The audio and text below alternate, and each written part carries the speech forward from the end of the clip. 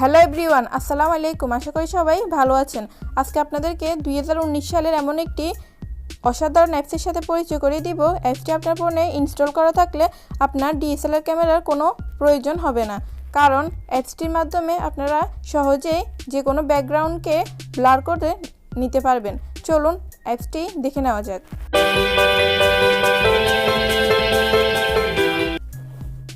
আপনারা অ্যাপসটি দেখতেই পাচ্ছেন। অ্যাপসটির নাম হচ্ছে blur photo background auto editor.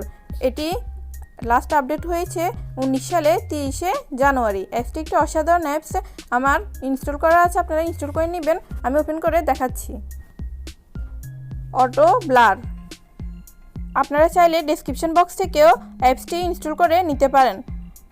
এখান থেকে আপনারা ডাইরেক্ট এখানে ফটোতে ক্লিক করেও ফটো তুলতে পারবেন, আবার এখান থেকে একটি ফটো সিলেক্ট করে ব্লার করে নিতে পারবেন। আমি একটি ফটো ব্লার করে দেখাচ্ছি আপনাদেরকে।